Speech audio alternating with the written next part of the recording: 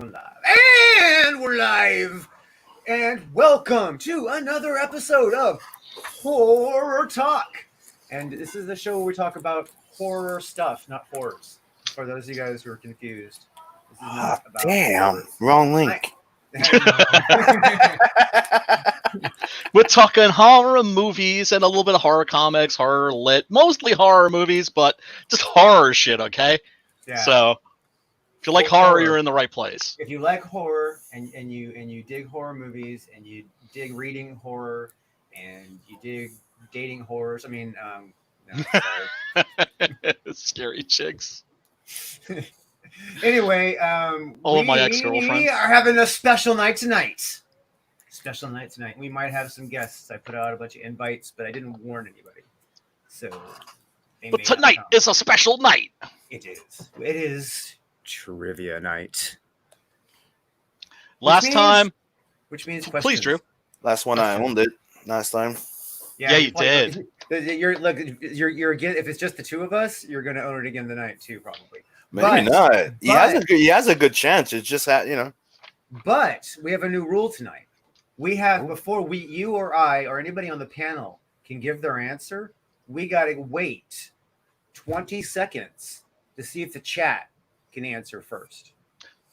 That's not cool because you're cheating. You're trying to get a hint of what they're saying. Yeah, but then it's not an interactive thing. Here's how the rule will work, right? Like if you see the chat before I do too. You got the answer. You say you say got it. You get the answer. You say got it, and then Brian will know. And then the answers will come up in the chat. Brian will know the answer, right? And then he'll ask the panel first, right? And then he'll be able to see the chat, and he'll be able to say, you know what, the chat got it before you. You know what I mean? Because it got it before you said got it. You know what I mean? Or maybe you were wrong and you got it. So if one of us gets it wrong, and we call got it, and the chat had it first, the chat has it.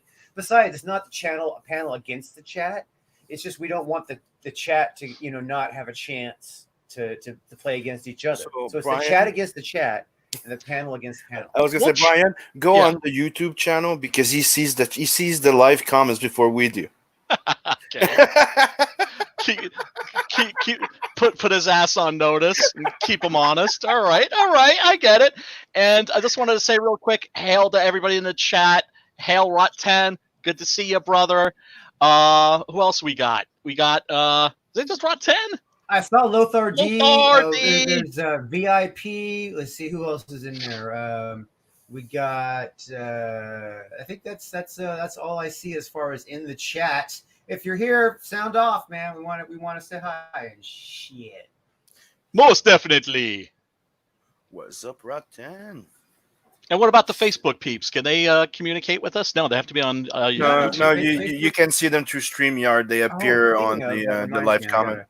You guys need to stall for me so I can. If you look in the live comment, you'll see there's some have the YouTube logo and some Facebook logo. Oh, okay. But by the way, I think I just heard that Fangoria has been canceled. Yep. Fangoria's been canceled. Yeah, because evidently one of the people that works there got canceled. So rather than just firing him, they just decided to shutter the entire magazine. Wow. So, yes, they're coming for horror, man. That's a huge freaking thing, man. What the hell? It is. And cancel culture is huge.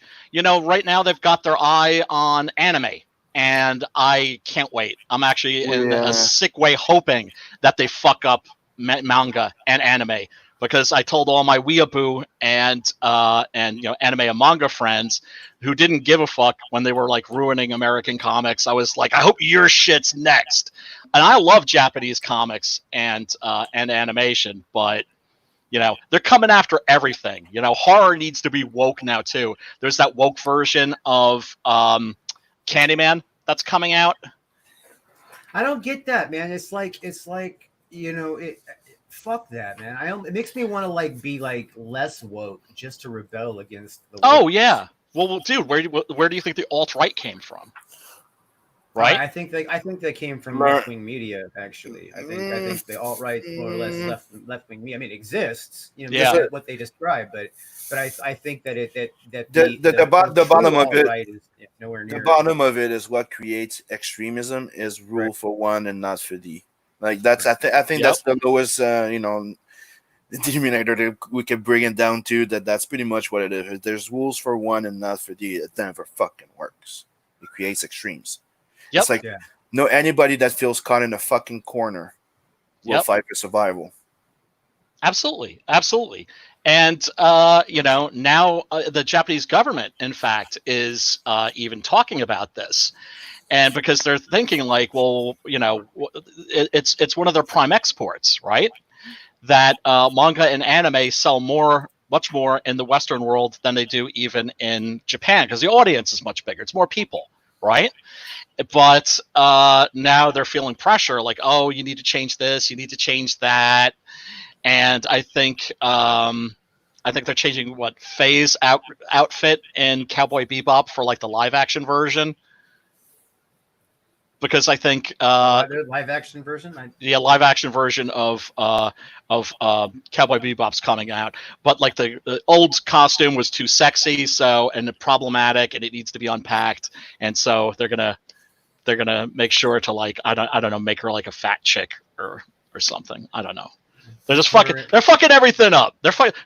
And if they haven't come for your shit yet, for people, they're coming for your shit. They're coming for your fandom next. The thing is like okay, there's already a degree of horror. Like for years, they've been like doing things like that to horror. You know what I mean? But what they have discovered is like the best horror doesn't have to be fucking like anything. You know what I mean? There's no real politics in horror. Like you start interjecting things like politics and horror, it tends to like pigeonhole the movie. You know what I mean? But politics, but horror films have been political for a long time. No, when I say politics, I mean like identity politics. Yeah, like yeah. Well, I mean, the first woke horror movie is the Jordan Peele one. Why am I blanking on the name now? It's Don't Something or Another, or dude, it was pretty woke to have a fucking black actor in fucking Dawn of the Dead. You know what I mean? And Night of the Living Dead too. Night of the Living Dead, yeah. So it's yeah. Well, that's pre wokeness. Right. We're talking about.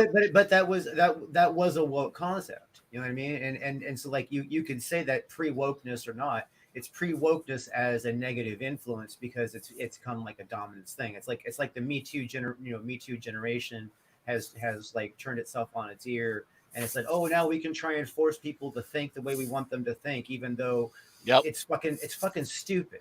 It's fucking stupid. Let me tell you why it's fucking stupid for everybody who's listening. This is a simple fucking answer why it's fucking stupid. Because you cannot change the world by just pretending everybody's going to be nice. Is you know what? There are there are evil fucking people out there that want to see fucking bad shit happen. You know what I mean? Yeah. So just be.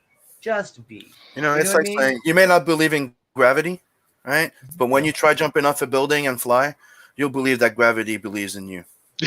Exactly. And I remember like towards the end of the 90s that political correctness had become so suffocating that even PC people were starting to feel suffocated by it. And I couldn't believe it. I remember it was pretty much like the moment political correctness died was when when South Park came out and the South Park movie. And I remember like some of the PC people I knew thought it was hilarious. It was just like, oh my God, even they are kind of like, oh, finally we get a chance to breathe. The movie I was trying to think of course, is Get Out, which is an excellent movie. It's not as original as people think it is. It's basically a remake of The Stepford Wives.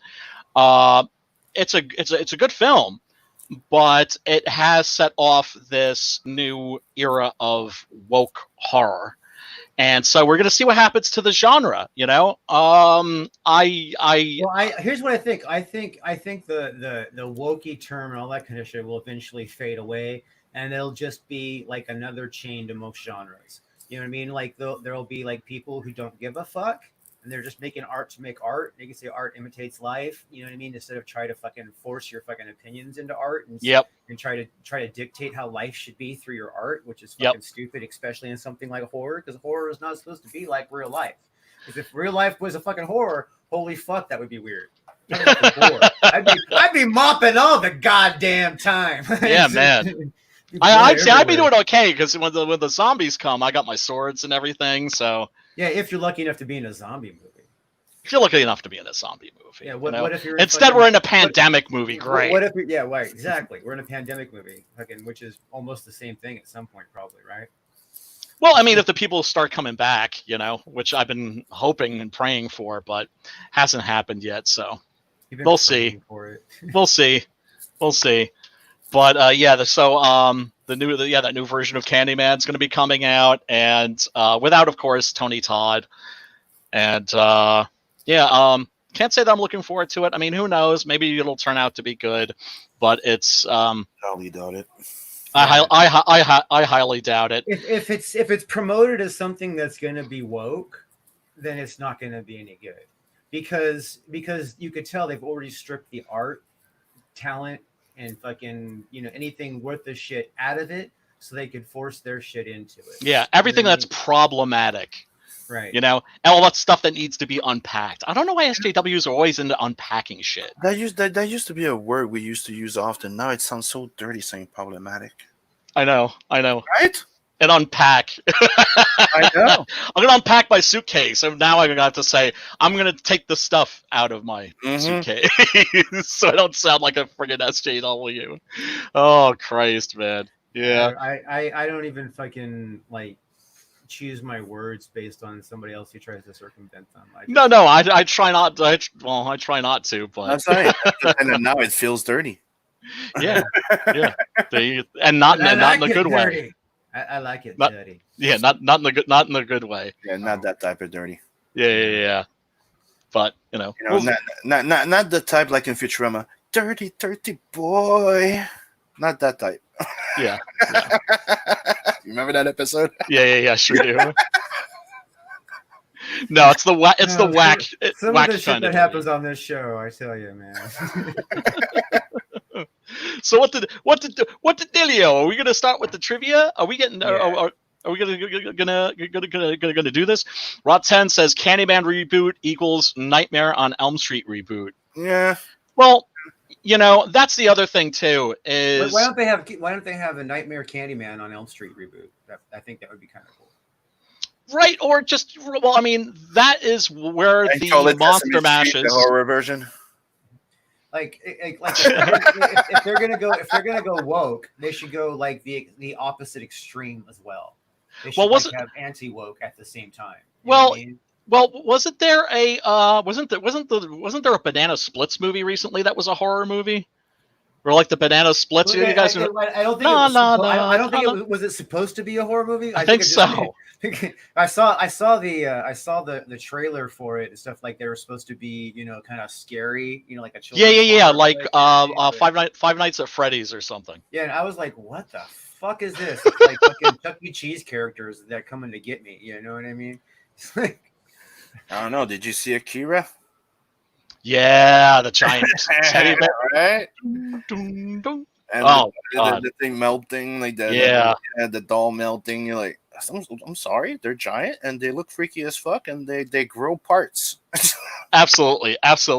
Hey, man, almost anything can be made sinister. Mm-hmm. There's a great story by George R.R. Martin. But if it's something you can fucking kick across just look the at room. Chucky. Just look at Chucky. Well, I was going to say there's this George R.R. Martin story called The Pear-Shaped Man, in which he made cheese doodles sinister. Yeah. Where I'm telling you. You read the story, and there's a moment where you see it where a cheese doodle appears, and you're like, I'm trying to think. What was that movie where the dude was hallucinating and everything he was eating kept turning into bugs? Well, there's a scene like that in The Lost Boys. No. I understand the scene in Lost Boys, but this was like an actual like it was like the theme of what was wrong with him. It was like the actual horror aspect of that. It's like everything it started out where it was just like, like a little bit of weirdness, you know what I mean? And then it became like this overwhelming obsession, you know what I mean? To where like, and then it got to the point where he started actually eating bugs, you know what I mean? Actually Oh, eating okay. bugs Like because Renfield style, huh? he didn't know the difference when he saw a bug. It was food to him because Oh. his food turned to bugs. So eventually he started to eat bugs because Was he this a couldn't tell the feature or was this like in an anthology or something? No, it wasn't in an anthology. It was about it's probably about like a 120-minute movie. You know what I mean? Okay. So it wasn't like real short either. Uh, Fuck, I'm trying to think of So it what was it like was a called. 2-hour movie about a guy like eating bugs. Oh no, it was okay. It wasn't just about him eating bugs. It was about him losing his mind. You know what I mean? Oh, so that was just one aspect. Gotcha. Right, but they were giving him hallucinogenics to help him try to recover his losing his mind. And in that hallucinogenics, he started seeing his food turn to bugs, and then as eventually he just started eating bugs. You know, Gotcha. I'm just trying to think of the name of that movie. It was fucking.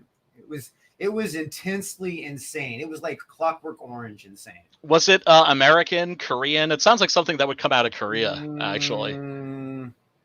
I don't think it was American. I think it was British or possibly Scottish. Gotcha. Yeah, I mean, right now, Korea's killing it with the horror. We're starting to see horror films coming out of, places where we didn't normally used to see horror films. And of course, that's exciting. Of course, we're not going to get the Italian horror movie industry back. We're not going to get, I mean, Germany's starting to, make some horror again. Thank goodness, for the first time really like since like the 1920s. So that's also encouraging. But we need more good horror. We need more kick-ass horror and less. Well, we haven't even gotten inundated with the woke horror yet, but it's just like it's something that's like on the horizon. Well, there was a woke remake of Black Christmas, which I've heard is like an abortion. And I'm tempted to watch it, like just kind of like to rage watch. Rage watch. Like like how there's that moment in Howard Stern's Private Parts where they show that like the people that love him watch him a certain amount of time, but the people who hate him listen to him even longer. Yeah. That's what's really weird about fandom is your most devoted fans are the ones that usually hate you the most. So it's really kind of creepy. You know what I mean? It can be. What's up, Brad Noble? We got Brad Noble in the chat. What's up, brother? What's going on?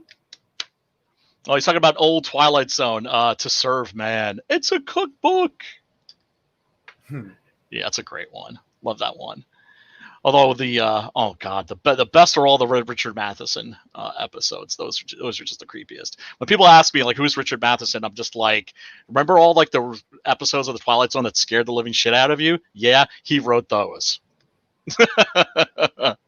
Twilight Zone used to just make me like spin off in my own head all the time because they would do just so many and it was. The thing I loved most about Twilight Zone is every episode obviously stood alone. They were all their own stories, and they were never like the same style of story. It was never like the same creative team making all these stories. It's like every episode is a completely different creative team, and sometimes it's the same creative team, but for the most part, it's like a whole bunch of just different people putting this together. And so it's like I would love to be able to like be a part of something like that because it's like you're just all the time seeing who's just like on cutting edge of making horror, and they do it for the money because that's professional level shit on Twilight Zone, but two, they obviously do it because they love it. You know what I mean? It's because it's obviously you can't just in Hollywood you can get people to do anything, but there's some genres people really kind of avoid if they're like so worried about their brand. And horror has always been a little illicit. Yeah, it's like one step from porn as far as so if you're going to do horror, you're going to do successful horror, because if you don't do successful horror, it's hard to get out of horror. Yep. Yep. Well, I mean, that's why I really admire Alfred Hitchcock when he did Psycho, because that was him delving into a genre that was considered pretty tawdry. And he had watched a lot of these films, and he thought, I bet I could do one of those, and I bet if I did it, I could do a good one. Right. And the Hitchcock does do horror elements, but I would still say that Hitchcock is suspense thriller. Oh, of course. Yeah. Psycho is his only real horror film. Yeah, exactly. I would say Hitchcock was definitely good. And then there's just a fine line between suspense thriller and horror. There really is. Absolutely. Fine line. So getting comfortable, Brian? I'm just taking my socks off.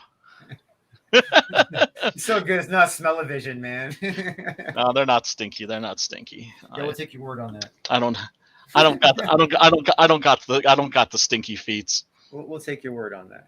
Now, I love old Twilight Zone 2, Brad Noble, but I'm a Outer Limits guy to the core. I've loved me some Outer Limits. Outer Limits was the shit because it was always horror. The dark side.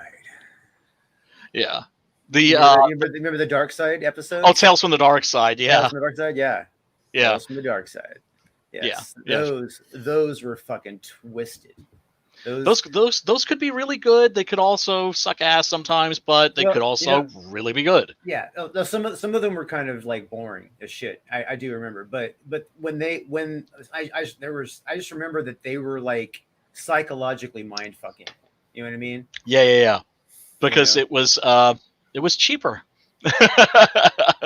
And of course also more effective. I actually know a guy who used to work on that show. He also wrote the 13 Ghosts remake. And also that was George Romero's production company that produced that show. Well, that was actually Richard Rubinstein and George Romero. And at one time, they were contemplating a Bub spinoff. That's to say, Bub from Day of the Dead. They were contemplating making a Bub spinoff movie. and the guy said, like, oh, and I wrote a treatment for it. And I was like, dude, can I read it? And he was just kind of like, I ain't saying nothing. I'm just leaving this here. Cool. And it was wow. Actually, it would have been a good movie, but alas, it'll be one of those movies that exists in like another dimension. Undead movie. Well, I mean, like, I like to think there's an alternate dimension where, there are movies that weren't made, like Jodorowsky's Dune is made in another dimension, or like Christopher Walken is Han Solo in Star Wars in another dimension. Well, you know what they say about parallel universes? For the science of the parallel universes to actually exist, there would probably have to be a parallel universe for every consequence that didn't happen. Yeah. You know what I mean? So there would be a spectrum of universes that would have versions of those movies made. And then there'd be spectrums of those movies that were also made. So like you would be able to probably watch, if you could visit all those universes, you could probably watch 30 to 1,000 to 10,000 to 100,000, possibly even 1 million different versions of your favorite movie. So that would be great if you could actually like master interdimensional travel. You could like go and just like watch all the alternate versions of movies instead of doing like important shit. Like if I could time travel, I'd be like, okay, I want to see the Stooges, 1970. I often think it'd be cool to be like a non-linear entity. You know what I mean? So yeah. You didn't exist on a timeline. You existed on the timeline. Like it all existed as one flat moment. You know what I mean? Kind of like Because then if you were just non-linear, you'd be able to just examine the whole thing and know everything at once. You know what I mean? Right. Well, then you'd probably be God. Well, yeah. God would probably be the only non-linear being I could think exactly. of. Yeah. Exactly. Tales did The Box first, I think. Oh, The Box. I think he's talking about the movie that I think was the second feature from the guy who did Donnie Darko. I haven't seen that one. But there's a lot of like, that's why I'm like hardly an expert in like contemporary horror. If it's made in like the last 20 years, I can't, it's there's such a glut now of product. It's hard to find the stuff that that's worth watching. It's like a friend of mine keeps saying it, like in 10, 15 years, like that's when we're gonna know, like when the What was good now? good stuff. Well, yeah, what was good now? And then in that 10 and 15 years, there'll be like 10 times as much as there is now to filter through. You know what I mean? Exactly. Exactly. Although I have to admit that with the overwhelming massive shit that's been coming out, just like there's a lot of everything. Yeah, man. There isn't really that many more good movies made. So it's still like consistent pace of good movies, every few years. You know what I mean?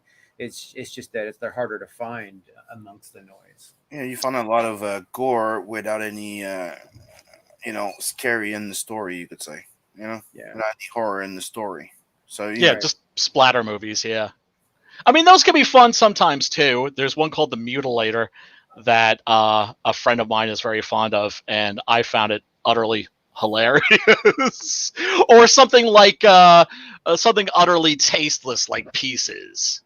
That has one of the best taglines ever. It's exactly what you think it is. And a picture of like a bloody chainsaw. If you haven't seen Pieces, people, it's an absolute piece of wretched, scum-sucking filth, and I highly recommend it. Did you ever see Feed Me? Feed Me?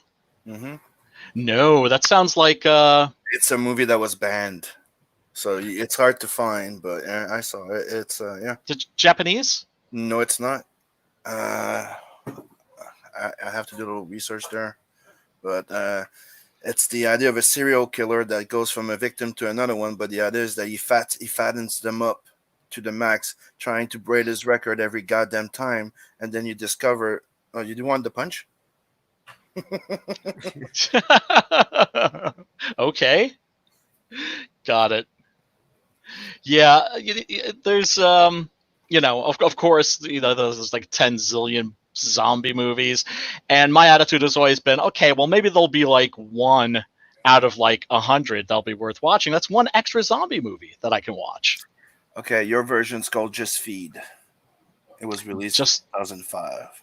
I still haven't watched Raw, which is, I think that's a French horror film, which is interesting because there aren't that many French horror films. There's literally one famous French horror film director named Jean Rollin. Here's the pitch of the story. A troubled cop discovers an online subculture led by a deranged pervert who force-feeds women on camera for her viewing pleasures of depraved internet users. So it's like a fetish. Yeah. But it's when you discover everything that's going on, it's fucked up. It's really, like you're saying, it's pure freaking filth, but it's fucked. Yeah. What's it called? Me, I knew it under Feed Me, but right now I found it under Feed. I believe it's called Feed Feed. For us. Yeah. Gotcha. Okay. I'll I know which movie he's talking about. I've seen ads for it. I actually have not watched it. And it actually says, "Can you stomach it?" Well, Leonard. I think it was. Oh God, I think it was Schopenhauer who said that the only quality that a work of art can have that cannot possibly have any kind of aesthetic value is disgust. And I think that could be. I think that could be debated, but I mean, the Lucio Fulci movies, certainly those can be stomach churning. In fact, I used to refer to it as the Lucio Fulci diet when I was a kid, where after watching one of his movies, I wouldn't be able to like eat anything, maybe except like cereal or something. Nothing that was going to remind me of like what I'd seen on the screen with the paper mache and the animal entrails and all that stuff. There actually happens to be a handful of movies named Feed, so I can't track down the imagery for it. Of course, I was thinking Little Shop of Horrors. Feed me, Seymour. That movie is that movie is very well done. Yeah. The stage play for that Rick is Moranis really was interesting. also I've never seen it. Yeah, I've only seen the original. Well, because of what they could do in the movie obviously is a completely different thing. You know what I mean? Right. So you gotta think of like the same kind of message and delivery systems that they want to do, but in a on a stage controlled kind of environment. It's a different kind of entertainment. The stage play for that is actually really amazing because of all the stuff that they do. I've heard. Yeah, I've heard. It's really hard to be in a theater with a stage. You know what I mean? And then anywhere in the room be able to get absorbed into what's on the stage. Yeah. It takes a really, really good cast and a really good script and a really good. I mean, movies are not that hard to pull people into. Plus, you have the ability to drop lines and fix stuff in post and do several different takes. And you know what I mean? So a movie has a whole different like spectrum. It's like I appreciate because I try to do live performances on stage like that. I have memorization issues, so I fucking cannot. You know what I mean? And I loved it. I loved the art, but I could never really be a great stage actor because my memorization isn't up to caliber. Yeah, I don't think I could either. Yeah, I really don't. I don't know how I don't know how they do it. But of course, the other thing that's great about theater is you're watching something that is literally one of a kind. Like every single performance is going to be a little bit different, no matter how much they're the same. Right. No, and that's. But have you ever seen the original Little Shop of Horrors, the Roger Corman movie? I have seen it. I do not remember it very well because I watched it a long time ago and I think I was drunk. Same here. Okay, Jack Nicholson is in that actually, and I think actually that part I remember is that. Yeah. He's the guy who goes to he's the masochist who goes to the dentist. Mm-hmm. Oh, Brian hit his keyboard. He'll be back.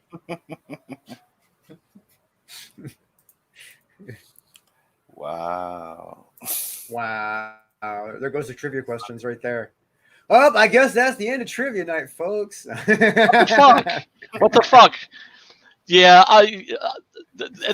we are experiencing rolling blackouts in my area. That wasn't that though. That was your keyboard, right? No, it wasn't my keyboard. That was my guess that you hit your keyboard. No. That was StreamYard. Fuck you, StreamYard. Really, StreamYard kicked it all by itself? Yeah. So. Damn. Yeah, if I suddenly draw, Joseph King, what's up, brother? What's up? Hey, what's up, man? Slaughter Squad. Everybody, go back, Slaughter Squad.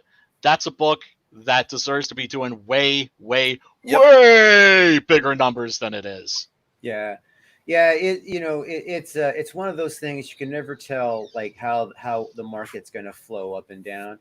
And right now with the pandemic stuff going on, I think people are holding on to their money a little bit tighter because they don't know what the fuck's going to happen next.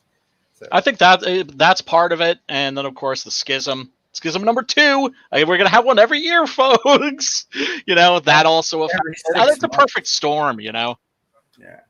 There's a lot going on. I mean, some people are out there still making money. You know what I mean? Ethan broke $1 million with his campaign. That doesn't happen too often. You know what I mean? Mm-hmm. Yeah. But yeah, I think once Mr. King fulfills on his first campaign and starts getting books into hands, then his next campaign will be more successful. Mr. King should take some of his spare time and create a fucking cartoon series of fucking Slaughter Squad. Put it on fucking YouTube and let us help him promote the fuck out of that so he can start making some money from some cartoons because he has got some skill. Oh, unbelievable skills. CG animation. I saw a link that Simon had on his Discord today to a animated version of Jodorowsky's and Moebius's The Inkle. Yep. But that was just a trailer, right? They never actually.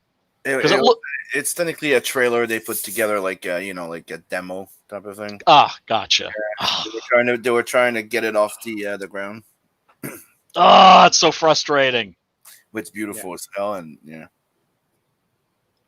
Yeah. Well, I guess maybe we could probably start with some questions. I was hoping that Krishina or Vaughn or somebody else I sent a link out to was going to show up for the questions, but I guess your questions were so hard last time. I need my reading glasses.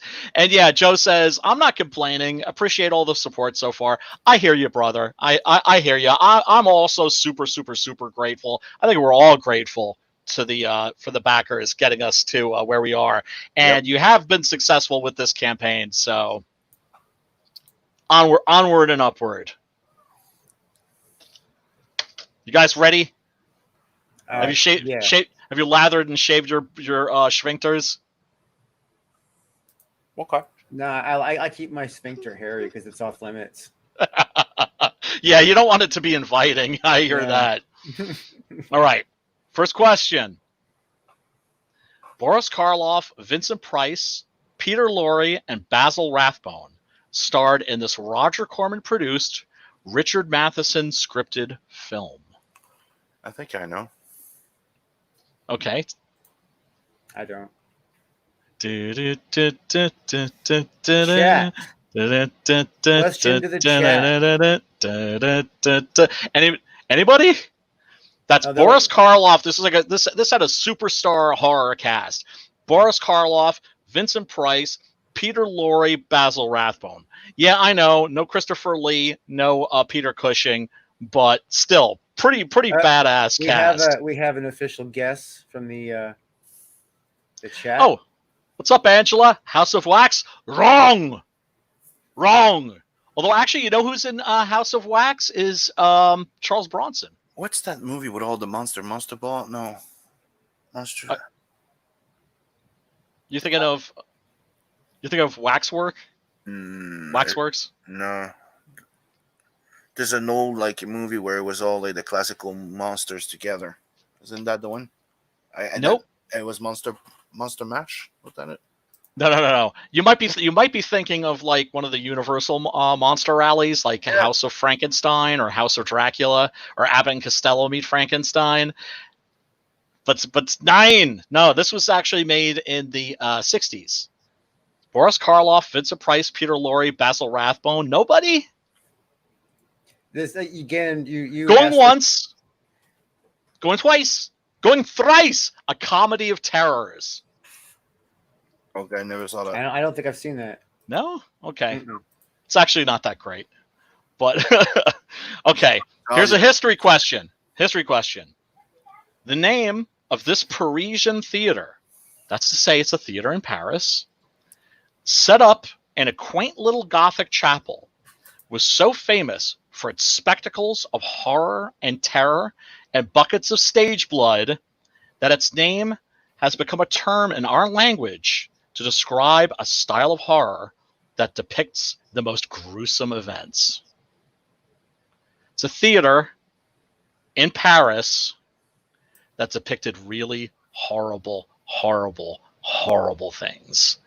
And it's in our lexicon. It's part of our... Do you have an easy setting for your question? Okay, I'm going to have to drop some hints. This is a theater that was in Paris that was, I think it shuttered in the 1950s, the late 1950s. It was still around. During World War II, during the Nazi occupation, actually, the Nazis were very, very fond of this place. Very, very fond of this theater of horrors. This is so easy.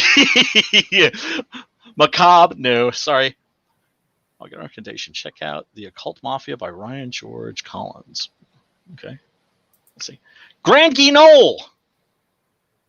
The Grand Guignol. La Grand Guignol. La Grand Guignol. Yeah. Nobody? Nope. You've heard the term, though, right, Drew? Nope. You've never heard the term, Grand Guignol? No. All right. Okay. This should be easier. And I watch a lot of horror, man. Okay. You know what I mean? I'm French. But the Grand Guignol was a theater. It was, oh man, it's one of those places that if I could time travel, they should rebuild it. And it's something that was such a part of Paris, that was such a part of, but then again, the building was a large part of it because it was this Gothic chapel. It was small, it could only seat about 300, and you'd walk in and the smell would hit you. and it smelled like candle wax and incense. That's And not horror at all. That's not horror. That's what exactly, horror right? like. And then you'd sit, and there would be these short plays, maybe about 15 minutes, 20 minutes, pepper pots. 15, 20-minute like short plays that would involve, people getting their heads drilled or their eyes got gouged out. One of the actors said, like, yeah, I got my eyes gouged out a lot. There were these simple one-act plays that would always end up with like somebody getting eviscerated. And so that became the term for, a particularly moist, a particularly wet and bloody style of horror. All right, I'll give you an easy one. This is a freebie practically. In John Carpenter's Halloween, Michael Myers, aka The Shape, wears a mask modeled after the likeness of this Star Trek actor. Oh, it's Halloween. Michael Myers. Yeah, Halloween. Yeah, Michael Myers. Yeah, but I'm talking about the mask. The mask. William Shatner. Shatner. Yeah. Everybody knows that one. That was everybody knows a good one, but yeah. Well, I mean, after two brutal ones, I had to like before you finish your your freebie. All right, here's an interesting one. What was the original working title of The Blob? The Blob, 1950s. Flubber? No. Gelatinous. Goo. The goo. Gelatine. I'll give you a clue. I'll give you a clue. I'll give you a clue. They only changed one letter. Boob. Glom. Oh. The Glob. The Glob. The Glob. Wow. That was the original title for The Blob. The Glob. Either way, it was going to end up the same way. It was going to be a piece of gelatin changed it. Pushed with a pencil. It's more catchy. I think that was a good change. Yep. I think so too. All right. And Halloween, The Curse of Michael Myers, it is finally revealed how Michael Myers gets his inhuman strength and uncanny resiliency. What is the secret of Michael Myers' power? Other than being psychotic? That he's possessed by a demon? Nope. Halloween, The Curse of Michael Myers. He got his penis laughed at too many times for being small, and it like created a superhuman kind of psychotic episode. Yeah, I don't know. Joseph King says cocaine. Okay, no, it's an ancient druid curse. Yes, it's the curse of the thorn. And actually, here's a. Wait. We actually had. Yeah, VIP Cult of Thorn. There you go. You got VIP. You got it, brother. You're in the lead for shizzle. And speaking of the Halloween, The Curse of Michael Myers, it was also the feature film screen debut of this Marvel movie actor. I think VIP is going to get this one. Yes, an actor from the Marvel movies, and I do mean a feature actor, as in like the star of one of the Marvel movies, two of the Marvel movies, had his screen debut in Halloween, The Curse of Michael Myers, which was the 6th movie in the Halloween series. VIP got it. Paul Rudd. Okay. We got somebody in the lead. Yeah. All right, let's see. This actress from that loathsome, sickening sitcom. It nauseates me even to say the title of it. Friends. Starred in the horror movie Leprechaun. Jennifer Aniston. Bingo. Who is responsible for releasing the deadly rage virus? Remember, Sam, you're supposed to give the chat a chance to answer. Just say, I think I know. I get the point as soon as they say it. No. That's 2 for VIP, 1 for Simon. Who is responsible for releasing the deadly rage virus in 28 Days Later? The rage virus. Who is responsible for releasing the rage? Brad Pitt. Oh, 28 Days Later. No, it's the wrong movie. It's talking about 12 Monkeys. Yeah. The Rage virus. Who released it? What's in them? Rage. Other Yeah, than who- like the military. Think of the opening of 28 Days Later. I am trying to think of the opening of 28 Days Later. I don't remember it. I remember him waking up in the hospital. You know what Okay. I mean? And that's about where I pretty much remember. You know what I mean? Yeah. So That bit, by the way, with him waking up in the hospital, which was also used in The Walking Dead, that's totally stolen from Day of the Triffids. Government? Nope. That corporation? Nope. Yo Mama? Nope. I It don't know. was animal rights activists. Well, that's almost the same as 12 Monkeys. Yeah. I was gonna say that. Yeah. So that's pretty much the same thing. Yeah, so- practically. So, we'll give Sim a quarter of a point. The title of this classic French horror movie, and there aren't many, you can pretty much count them all in one hand, because the French, while they do love comic books and they do love science fiction, do not like horror, and that's the one thing that's fucked up about the French, Simon. Is that that's the one thing? I thought there was more than that. The title of this classic French horror movie was used by Billy Idol for one of his most popular singles. White Wedding. Nope. DOA. It's supposed to be 9. Nixed yet. What other? Rebel Yell. It's a slow jam. It's a slow jam. It said one of his hits. Yeah. It is one of his hits. Dancing It's with not- it's- Myself. Nope. It's just not. It may not be like one of his hits. That's like the first thing that comes into your mind when you think of Billy Idol. Who I can't stand, by the way. Did it make in the top 40 on the chart? Yeah, most definitely. Because that's what qualifies it. Ah. Angela's got it. Cradle of Love. Eyes Without a Face. Oh, Eyes Without a Face. Yeah, okay, that's a Billy. Oh, that's not French. Yeah, it's a French movie. Les Yeux Sans Visage. Yeah, but that's not. That's like the classic French horror film. Never saw it. Oh, it's amazing. Oh, it's so good. It's breathtaking. It's on the Criterion Collection. I got the DVD. I got the Blu-ray. That's an incredible movie. It has the most ripped off plot actually in horror history. Oh yeah. It's about a young lady whose face is destroyed in a car accident.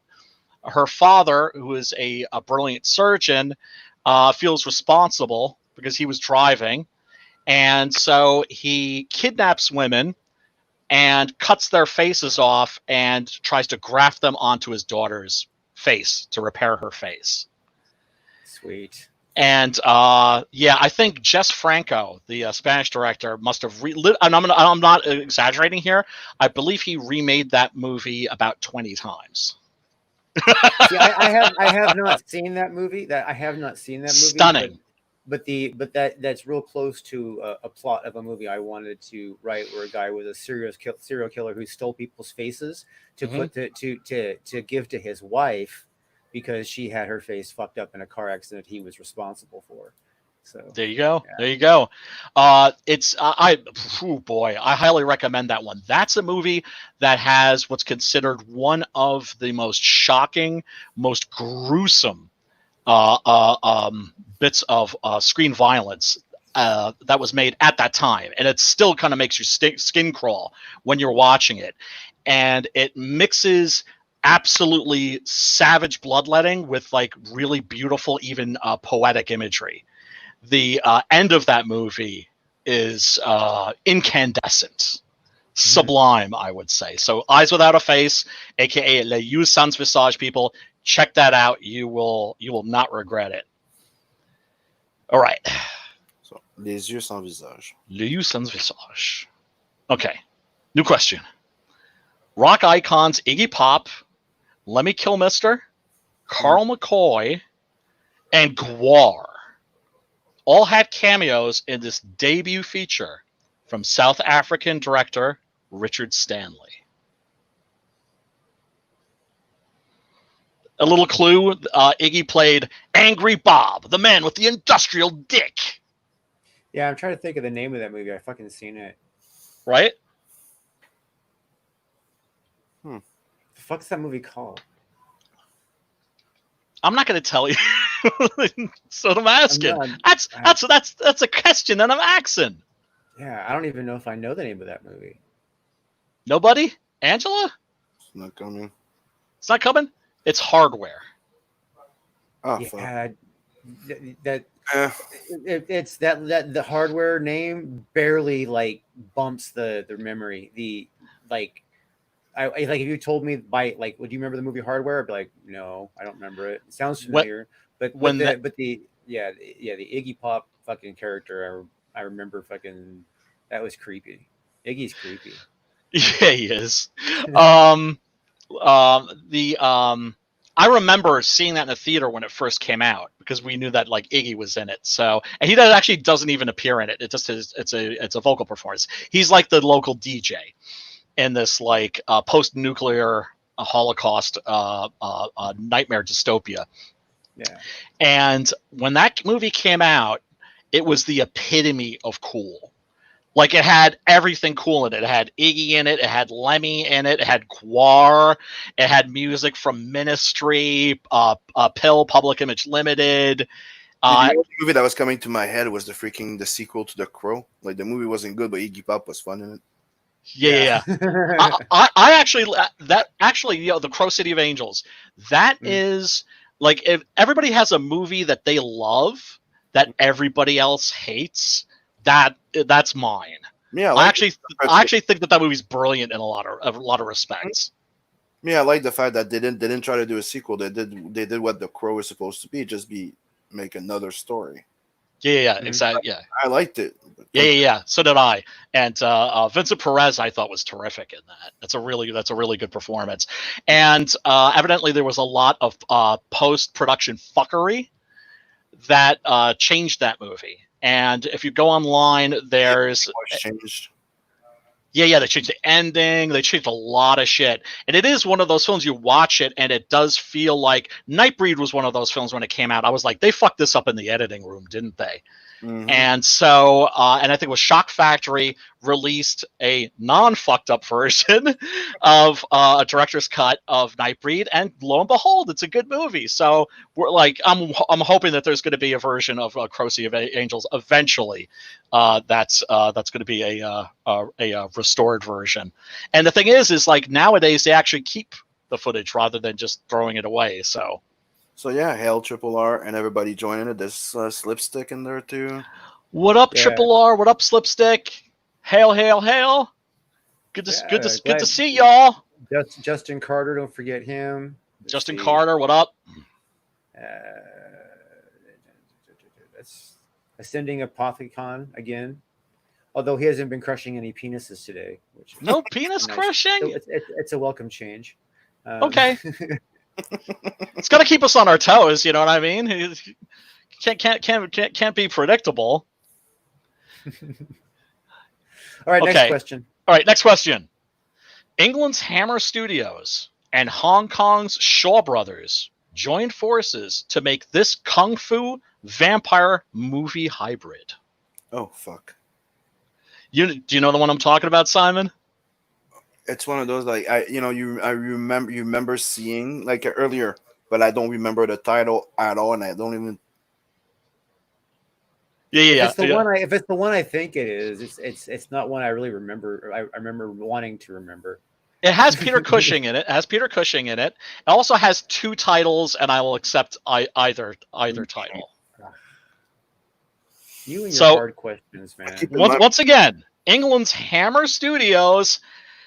Hammer Time! And Hong Kong's Shaw Brothers, they were the ones that were producing all the kung fu movies in the 70s, joined forces to make this kung fu vampire movie hybrid. And let me tell you, vampires and martial arts, vampires and kung fu go together like peanut butter and chocolate. That's an irresistible combination. Could it be the easy answer? Kung Fu Vampire? Nope. All right, I'm just going to drop the titles on you. It's Legend of the Seven Golden Vampires, also known as The Seven Brothers Meet Dracula. It's got like Damn, dude, where do you fucking come up with this shit? Your fucking questions are like so obscure. I know, right? that's not That obscure. these are fucking advanced round questions, man. All right. I don't remember who actually said it, but I think he goes through his fucking collection.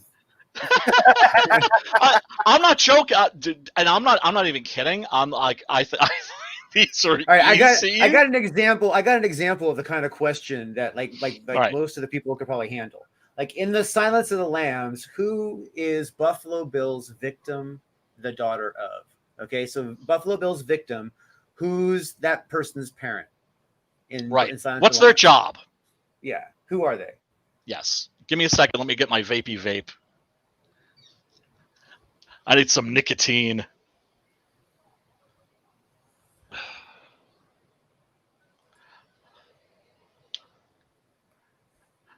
And by the way, Simon, Yep. been digging through my boxes of comics and stuff. Oh, sweet. Oh man.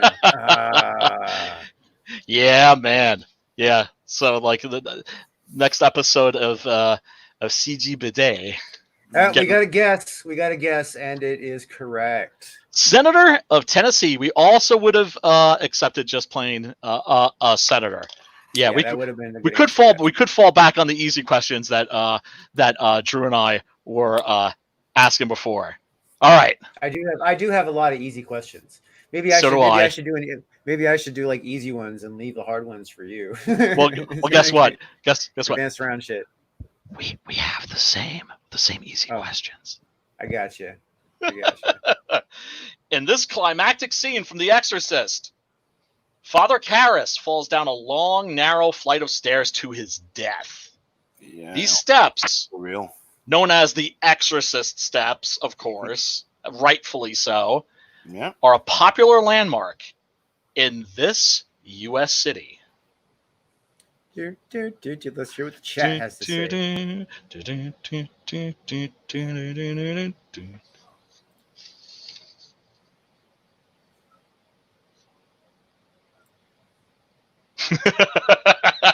All I see from Angela is fire. Once again, the Exorcist stairs. Where are they located? I can't believe nobody's given this answer. Can't believe nobody? Wait. Pittsburgh. No, that's zombie country. That's where the Monroeville Mall is.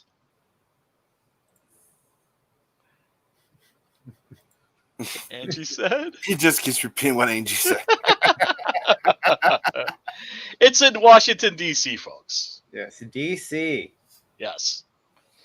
D.C. All right. Devil's Child. Devil's Child.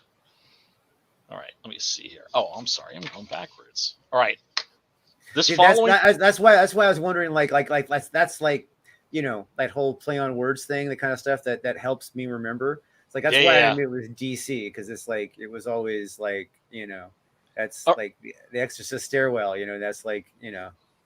Yeah, like you're gonna go to DC and like, you know, there are all these landmarks. It's like, you know what? Fuck the Washington Monument. Fuck all that shit.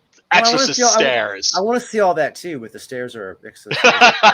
Like beeline. If I got to choose between the Washington Monument and the Exorcist stairs, yeah, not even fucking close, man. Fuck that. But there are just so you guys know, in Washington D.C. is probably the one place where you have the absolute largest collection of fucking amazing museums.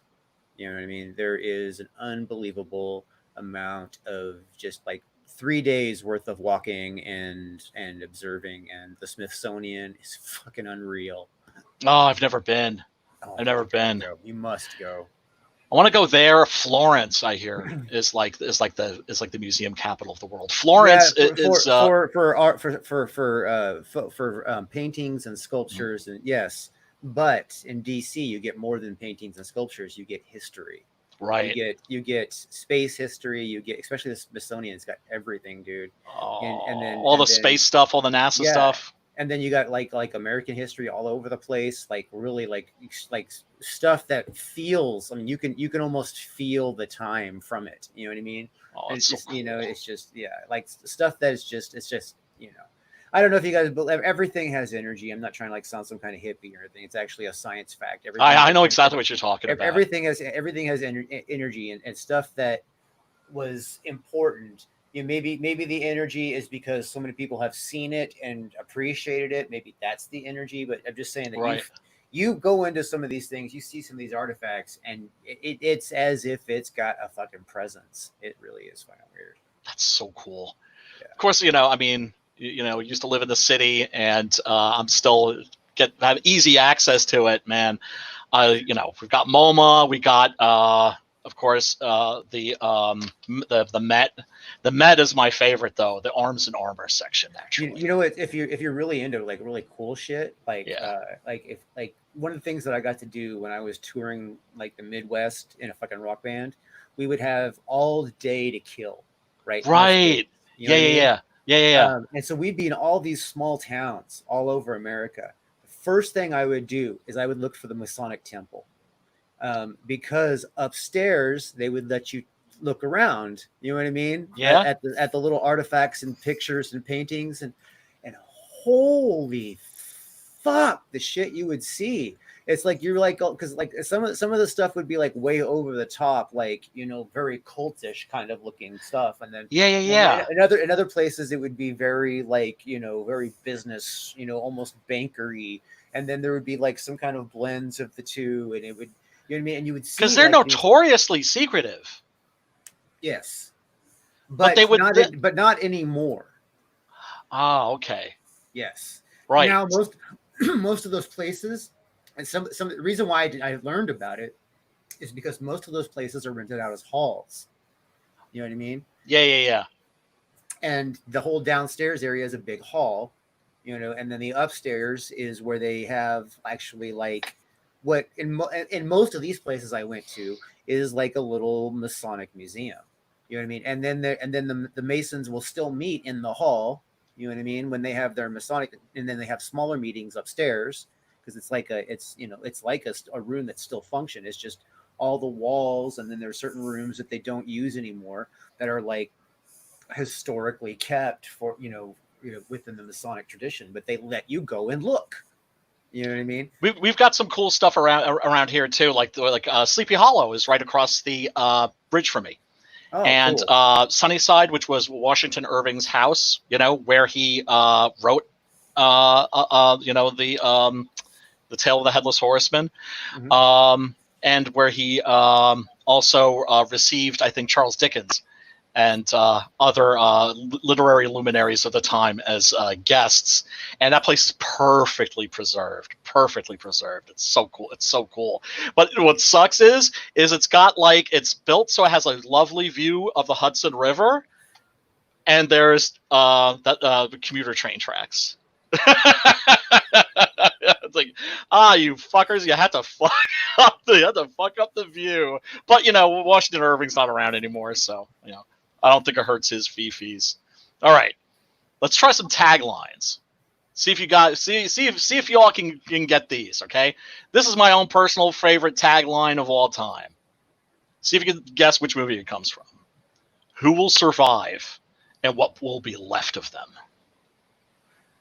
Who will survive, and what will be left of them?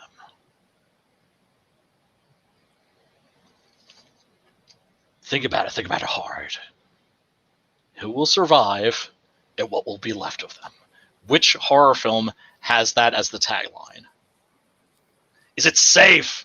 No, it's Marathon Man. Which isn't a horror movie, but certainly is horrifying. It's a horrifying scene. Yes, VIP. Texas Chainsaw Massacre. Texas Chainsaw Massacre took my baby away from me.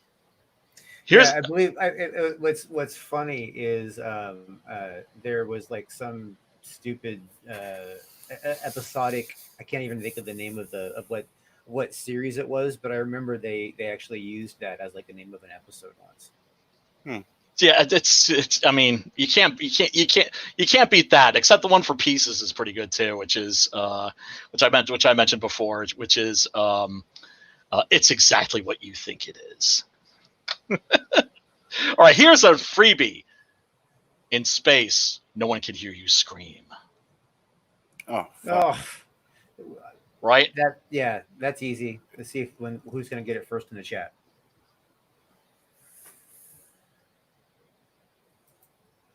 Wah, wah, wah, wah.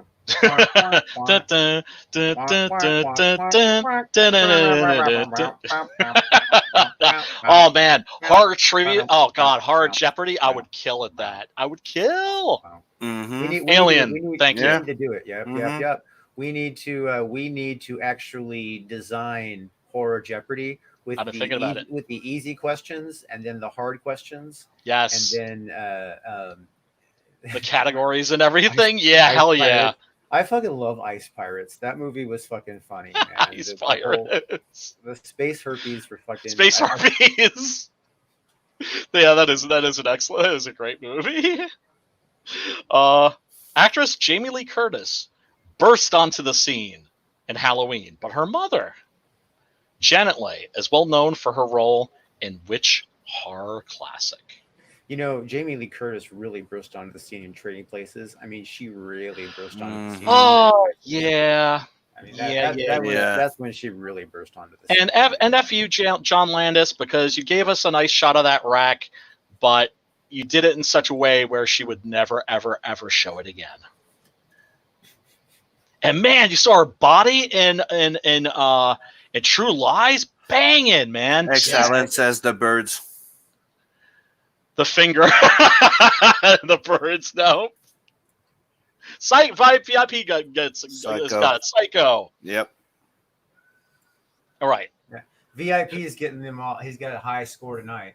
Mm-hmm. He's got the answers. He must be googling that shit. And he's probably got them. Yep. All right. He's actually coming up with them too fast to be googling them. All right. This Spider-Man director made his astonishing film Sam debut Raimi. with So these are like too easy. I gotta find like the but you see, I can't find the medium unless I try the extreme. Sorry, I was waiting, but it just came out by itself. It's just like, sorry. Yeah. How many people does Jason kill in the first Friday the 13th film? What? How many people does Jason kill in the first Friday the 13th film? I don't know. Yeah, 25? what's Jason's body count? In the first film, how many people does Jason kill? And let's let the chat get this answer, because 25, 65, 14, 6. Lothar VIP. Hex VIP Allen's got it. Hex Allen Lothar got it. D. Hex Allen had it first in the chat. So Yes, 0. 0.0. Yes. The lowest grade point average in Because campus his- history. Yeah, His Friday the mom 13th, always it's his did. mom. It's his mom. Yep. Yep, Jason doesn't start whacking people until Friday the 13th Part 2. Mm-hmm. In Scream, what is rule number 1 on Randy's list of rules for surviving a horror movie? Don't split up.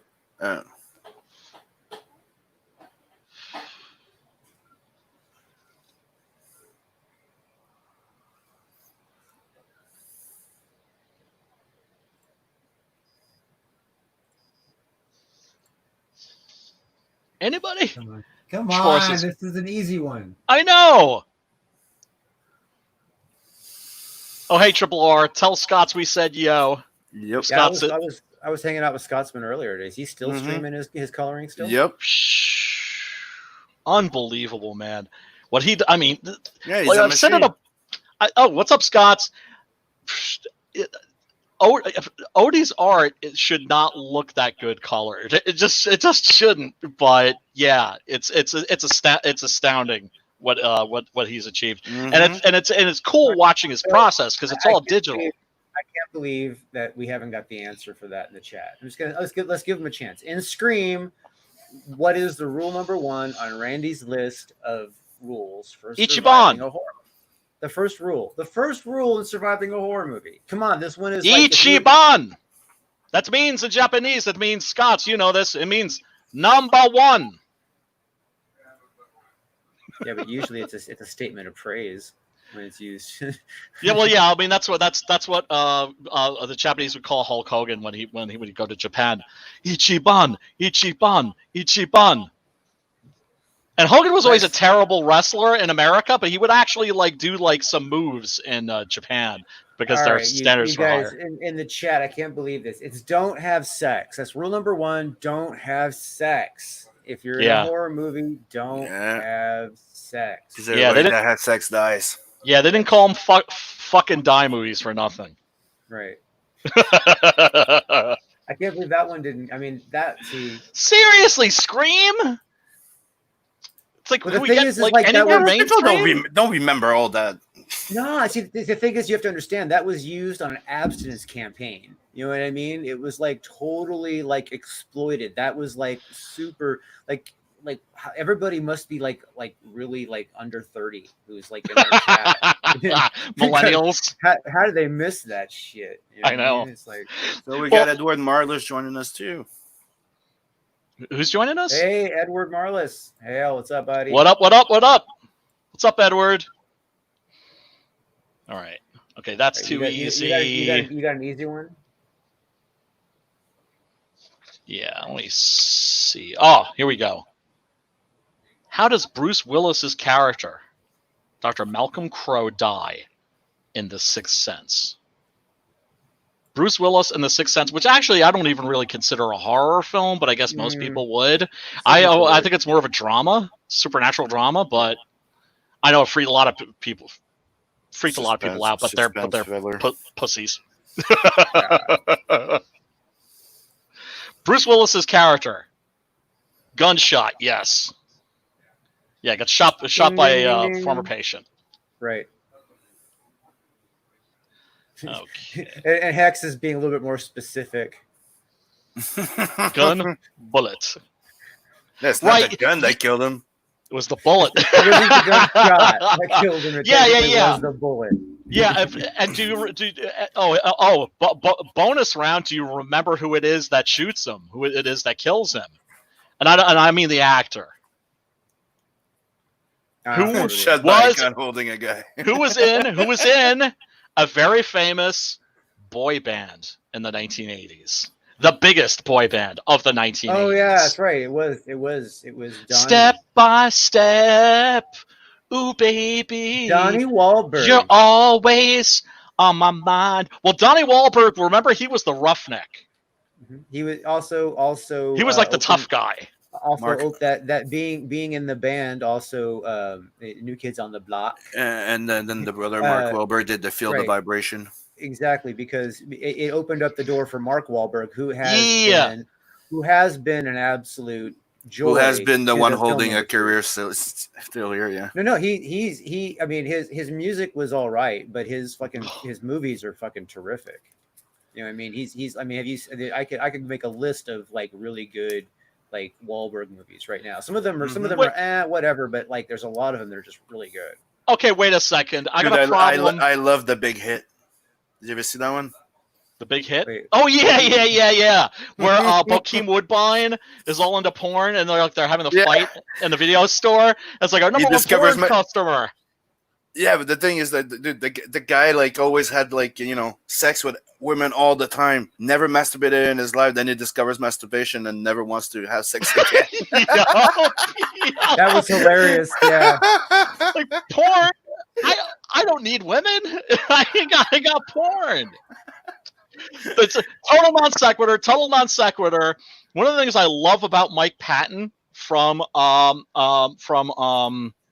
Faith No More is the fact that he got busted when he was going through customs in Australia because he had this gigantic cache of porn. And this is back in the VHS era, right? So he had to lug all these tapes around with him. And they were like, okay, this is such a large amount of porn. This is not for your own private use. This is clearly like intent to like distribute. And he was like, no, you don't understand. That box there, that's my sex life. I don't bang groupies. I don't have a girlfriend. That's my sex life in that box. You can't take that from me. Yeah.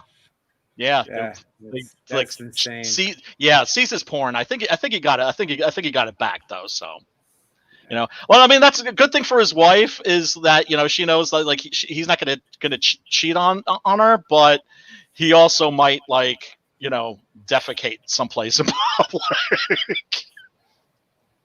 Since he moved his bowels on a bench outside of Buckingham Palace.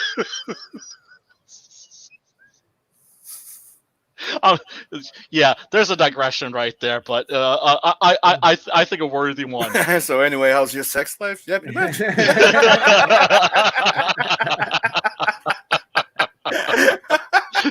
He said, like, at first it was a weapon. Like his band would play, like Mr. Bungle would play somewhere, and they'd get like shafted by the management of the club.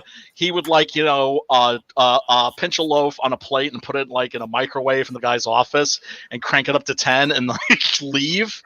Right, so it was like a weapon, but then it also became a problem. And it turned out that eventually he could like basically move his bowels anywhere except the toilet. And Hex Allen says I look like the NKOTB manager. You're talking about the general. Do I look like a black dude dressed in like a military outfit to you? What you been smoking, Hex Allen? No, I remember the general. You can't pull a fast one on me. Oh, Phil's in the chat. Hail, yep. Phil Pops. What up? Everybody go check out Lost Pages. Can't wait for that. It looks spectacular. And Sim's drawing 4 pages on that now. Yep. I just gotta tell you. Oh. Do you want to see the character? Because yes, it was revealed. Like, let's see the human form, and that's please. Oh, Drew's got pepper pots. Or the other way around. There you go. Yeah, exactly. Here she's on my lap with her fucking over my hand. Oh, she's purring. Rub. Yeah. I love when she does that.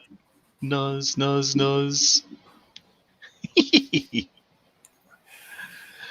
We're waiting, Simon. I know. I'm waiting on. Oh, hell yeah. So this is gonna be Vane, the demon hunter from hell. Oh, hell yeah. Look at his arms. Beefy. Mm-hmm. Fan-frickin-tastic. So that's going to be a 4-pager? Yep. A 4-page introduction to the character. Sweet. While we're looking at that, our next question can be, what horror movie required the purchase of 500 Florida frogs and 100 giant South American toads? Holy fuck. I know the answer to that one. It starred Ray Milland. There's a clue for you. Ray Milland. I don't even know what that is.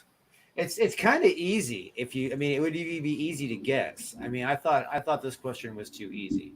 So, I thought so too, but I think they used to show that movie a lot on TV when I was a kid. In the afternoons too, I think, because it was one of the horror films that really wasn't gory. Mm-hmm. Let me see if I can ask this question a little easier. What horror movie required the purchase of 500 Florida frogs and 100 giant South American toads?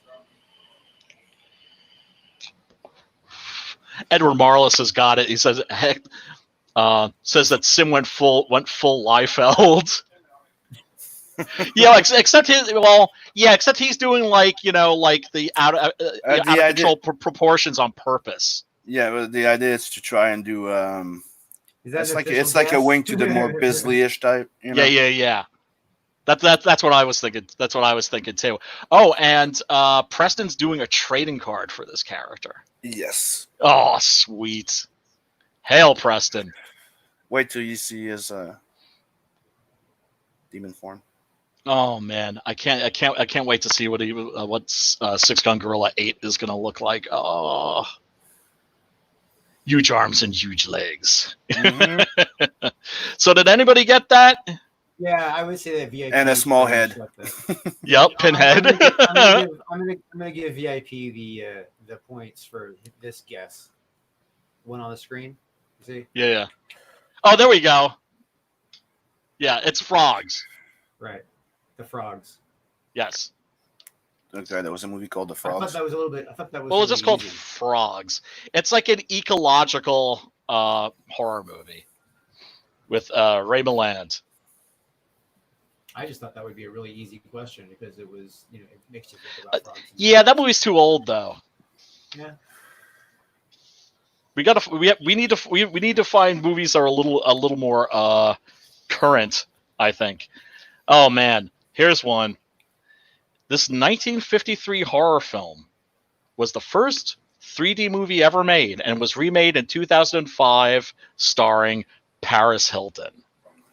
Holy fuck. It also, well, it starred Vincent Price and in a small role, Charles Bronson. It was the first 3D movie. It was the first 3D movie. And an interesting thing about it is that the director only had one eye. So he couldn't see in 3D. He couldn't see the 3D effect. Is it VIP, House yes. of Wax? House of Wax. I would say that Angela Pearlfish got that answer right like 30 questions ago, but Yes. but yeah, that is the correct answer this time. Yep. Let's see. Okay, here's a really easy one. Keeping it current, keeping it mainstream.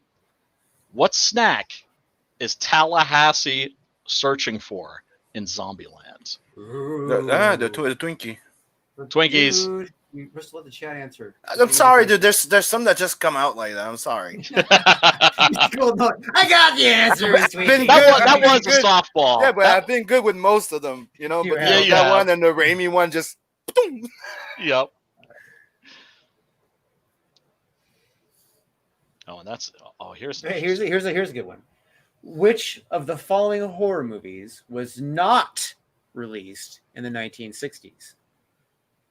Eyes Without a Face, Rosemary's Babies, The Innocents, and Carrie. Not in the 1950s. One that wasn't released in the 1960s. Oh, I know which one. It's easy. Yeah, of course. Anybody? Do you want to list those movies again? Yeah, the movies are Eyes Without a Face, Rosemary's Baby, The Innocents, and Carrie. There you go. Triple R answered. Angela and Hex Allen before, and VIP. There you go. VIP is the first one that said Carrie. Yep, it's Carrie. Yep. Yeah, and that is my favorite out of the list also. So Mm-hmm. Yeah, I love it too, but I got to go Eyes Without a Face. Let's see. Let's see. Here we go. Blair Witch Project question. What does Heather find in front of the tent after Josh disappears in the Blair Witch Project? What does Heather find in front of the tent after Josh disappears in the Blair Witch Project? I don't remember.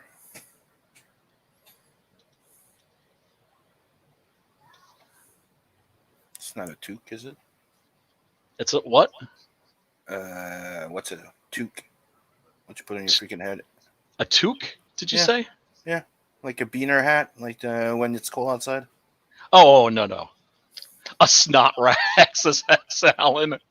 No, the teeth, Sure. hair, No, shirt yes. piece. Yeah, there you go. There it is, VIP. Thank you. Bingo. did he get it? Yep, Yes, he did get it. absolutely. Let me see. And I think I'm out of questions. Drew. I have questions. So By all means, unleash them. again, this one's a really easy one. So we're gonna have a race to see who answers this one first. And Sim, that's going to include you. Okay, I won't. Triple What R is says the no one name- cares about that movie. It sucks. what is the name of the camp in Friday the 13th? It's McGee.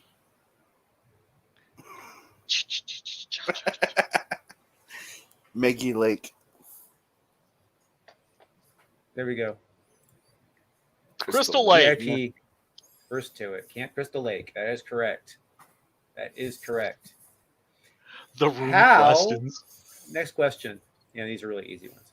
Next question. How does Rachel avoid being killed by Samara in The Ring? We're talking about the American remake, not the original Japanese version. Yeah, because obviously the Japanese one, their names weren't Rachel and Samara. Yes, but it is. They do have the same ending. Yes, but they're not the same people. No. So I would assume they would. Happy ending. I would assume they would know which one I was talking about. Well, they had to do the English language remake because Americans can't read subtitles. So I have to reshoot the entire movie just to have it in English.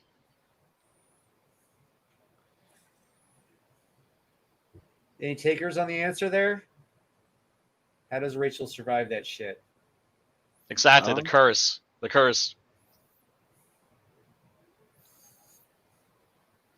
Didn't she give it to somebody else? But how does she do that? She records her own piece on the VHS or something. Isn't that it? It's been a fucking long time. She copies it Yeah, and passes it along. passes it along. Like She it's makes one of a- those messages like, hey, if you don't share that message to 25 people, you will die. Yep. Yeah, chain Yep. letters. Yeah, she made a copy of the tape. That is, Except in that case, of course, it's for real because it involves the spirit of this girl who was like half elder god. So that's actually The Ring is actually very Lovecraftian when you think about it. Oh, Triple R is like she rewinded the tape and then recorded over it with MTV Spring Break.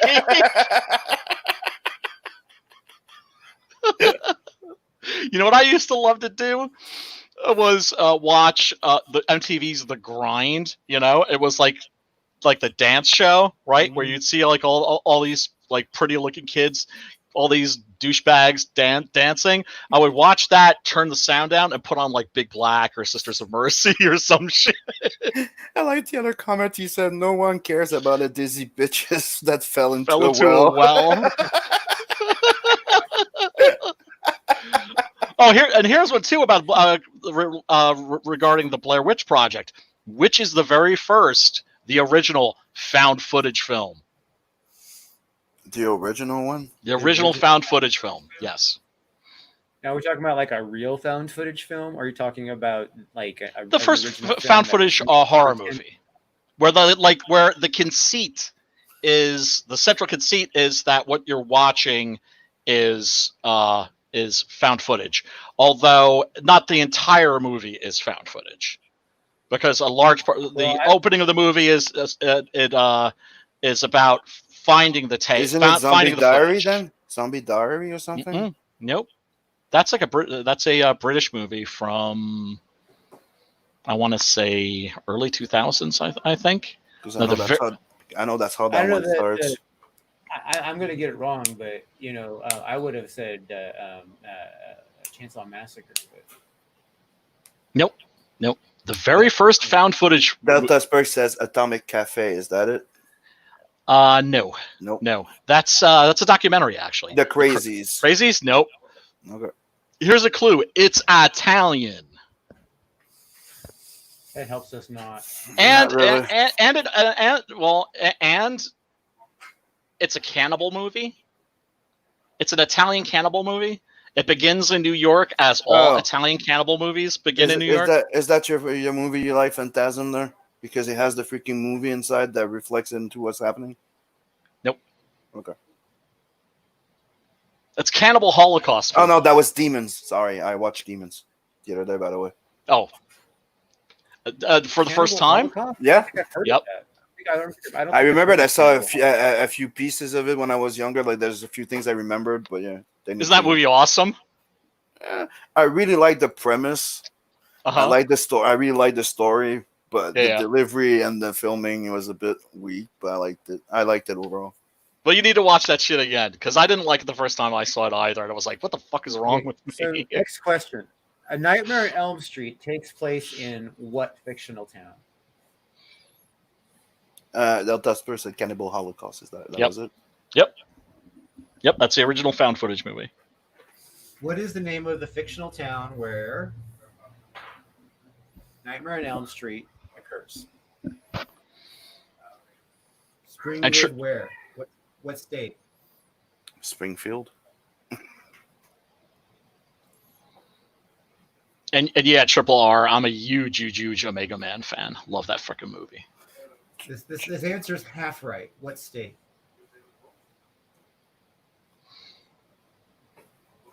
Ohio. That is correct. There you go.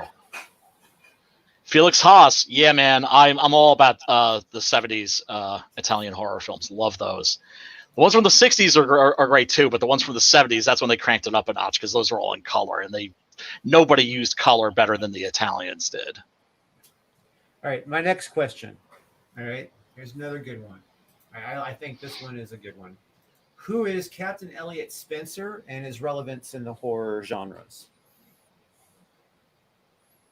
Horror genres, as in like subgenres?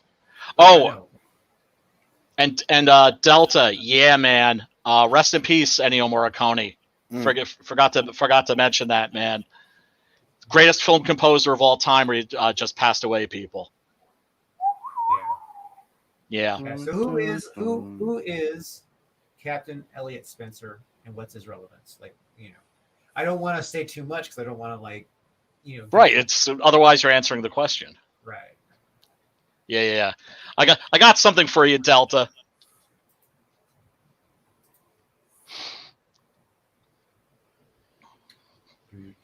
Come on, guys. This one should be easy. Seriously. Now check that out. Looks like a ticket. It is. I had a ticket to see Ennio Morricone in Brooklyn. Let's see what the year is here. 2014. Sunday, March 23rd, 2014 at 7 p.m. at Barclays Center. I had the ticket. Still have the ticket. He couldn't make the show because evidently he slipped a disc in his back. And so the show was canceled. And I got my money back, but I could never bring myself to throw out the ticket. And I got it like sitting in Delta the got it correct. Yes. He had plenty of time to Google it, but I don't think he did. Pinhead and Hellraiser. That's correct. And I don't know if they're doing. Are they? I think they might be doing both. Actually, there's talk. I think of a Hellraiser reboot.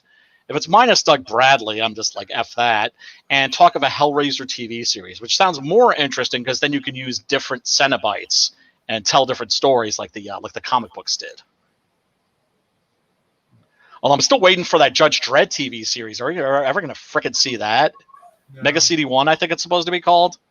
They'll probably finish that at the same time they do the high-speed rail here in California. Yeah, right? God damn, man. And Carl Urban's all about it, too. He's just like, yeah, I want to come back as Dredd, but... Shablara says, I know he never captains the Love Boat, so fuck him. Right, he did say that.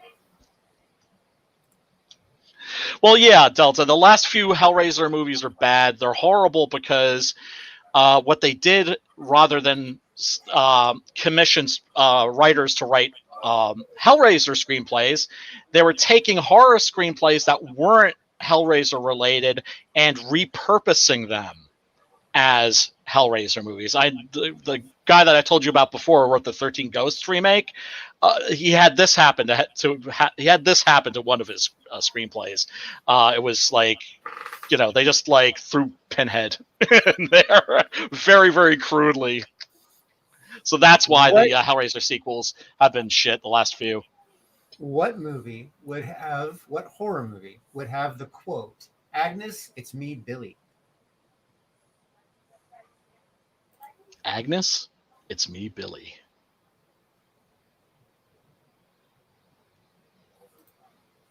Agnes, it's me, Billy. I know Brian knows this one. I think this might even be something that we discussed briefly. Yeah, I think I know where it's from. VIP's got it. Yes, The Great Black Black Christmas. Yeah, and that answer probably is like in an earlier episode of Horror Talk when we we reviewed Black Christmas. By the great Bob Clark, who also directed Children Shouldn't Play with Dead Things, Porky's, and A Christmas Story.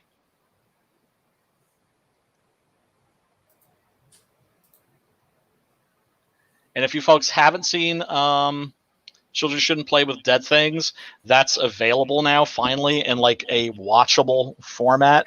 Because the original DVD release of that was just utter shit. It looks beautiful now. And on Blu-ray. All right, so here's a good one. This one's a really easy one. Okay, what is the family name belonging to Leatherface? What is Leatherface's family name? Yeah, what is Leatherface's family? The Cannibal Clan and Texas Chainsaw Massacre. What is their name? God, I could watch that movie again right now. Although actually, this isn't revealed in the first one. It's revealed in Texas Chainsaw Massacre Part 2, which I feel is like the best horror film of the 80s. Definitely the best American horror film of the 80s. Or at least one of them. it's way up there. It's the one that Rob Zombie keeps making remakes of. Like his entire filmography is basically all taken from Texas Chainsaw Massacre Part 2. Sawyer, that's right, VIP. They're the Sawyers. Get it? That was their family name, Sawyers? Yeah. Get it, Simon? The Sawyers. Get chainsaw. Yeah, got it. I got it. I know, right? It's a little leaden. It kind of beats you over the head, don't it? Not exactly subtle, but then again, those movies are not about subtlety. You got any more, my man, Drew? Sorry, what kind of perfume Clarice Starling use? What kind of perfume? Mm-hmm. Oh, that's interesting. I don't need that. Clarice used? Hello, Clarice. Channel 55? So you just gave them half the answer by, letting them know what movie, if they didn't know who Clarice Starling was. Everybody knows who Clarice Starling is. I'm just saying that everybody. Hello, Clarice. Remember, like, after that came out, every serial killer on every forensic show was like, hello, Clarice. They're all like that. Oh, God. But the whole point of serial killers is that they're just like regular people. Is that, they're just like, they fit into like normal society. They're not like, they don't have serial killer written all over them.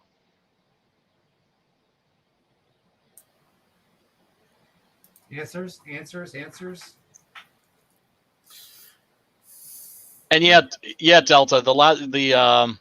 The Hellraiser sequels, the last few have been look like they're made for TV because they're like just direct to video. So they're in a way they are made for TV.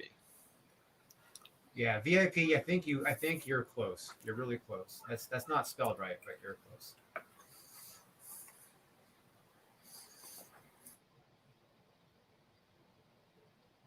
Yeah, it's like I can't even pronounce it. It's actually French. It's like Léo du Temps. Les Détentes. La Détente. Les Détentes. Yeah, my French pronunciation's terrible. That's because I haven't watched a lot of French movies. My Italian pronunciation is great. My Spanish pronunciation's great. Even Chinese and Japanese, like Mandarin and Japanese, my pronunciation's pretty good. But it's because I've watched like a billion movies in those languages, but not a lot of French movies. It's because, like I said, Simon, the French don't like horror, and that's fucked up. Mm-hmm. They like very erotic, borderline movies. They have a whole bunch of that, but sure, they don't really like horror. Well, I mean, the Jean Rollin movies have like a lot of nudity, but I wouldn't necessarily say that they're erotic. But meaning I'm also going by not erotic, but yeah, erotica, meaning like it's depends on who you're looking for, but it's Yeah. like you would call maybe soft porn. I think the Yeah. expression is. Yeah. I love Jean Rollin. I love those movies. A lot of people have compared him to Edward D. Wood Jr. He's like one of the most divisive figures in horror, because a lot of his movies are clunky and amateurish, but that's because he was more of a kind of a poet than a filmmaker. But my goodness, man, some of his best, I would say, if you want to check out a Jean Rollin movie, people check out Living Dead Girl. I think Living Dead Girl is probably his best movie. That was good. Fantastic. Now you're talking about a movie I saw. Damn it. Yeah. But I mean, I even love like the really, really cheesy vampire ones, like Frisson of the Vampires, like Shiver of the Vampires, where like this like naked vampire chick is always like coming out of these odd places. She's like coming out of the chimney at one point. Another point, she like comes out of a grandfather clock. That's one of the things I like about these shows. It's like, I think I've watched a lot of those horror movies, but I know there's a whole bunch of like underground and underground, and then you got the black market type of movies, and then you got the fucked up shit. Yep, absolutely. And as a horror fan, I like to taste from the whole smorgasbord. God. My bro is one of those big fans too, and he goes like, it's like a rabbit hole, especially when you start looking into those old horror movies, and then you fall into the dark web. Then you find yourself in some shit that's kind of weird. That makes you go like, what did I see? I got another good question. I got another good question. What supernatural powers do the Scanners have? The Scanners? Yeah, you ever seen Scanners? Yeah, the David Cronenberg film. You mean that little thing in the sand there? He says supernatural powers. What's supernatural? Well, they had supersonic sounds. Squeaks, no?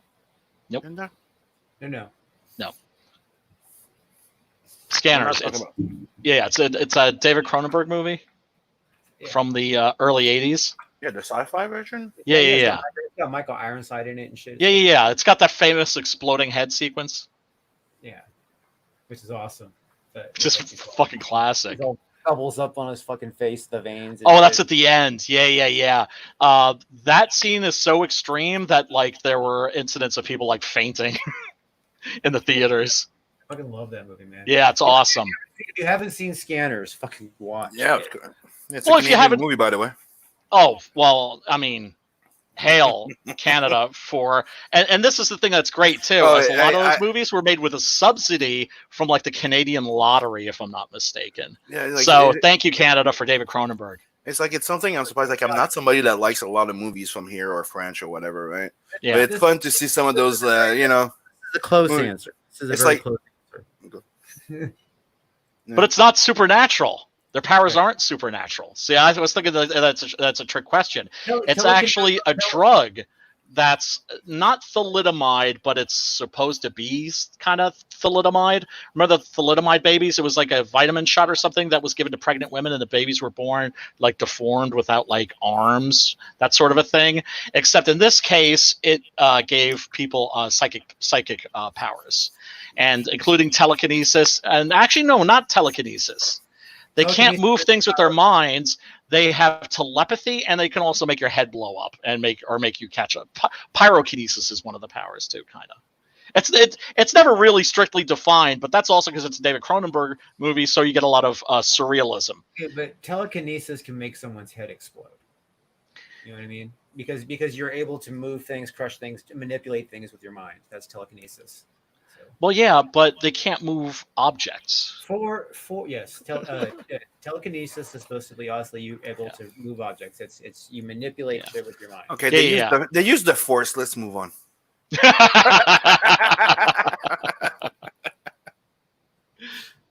And yeah, man, all the early David Cronenberg movies, I just love those pieces. Okay, so who appears when you say his name 5 times?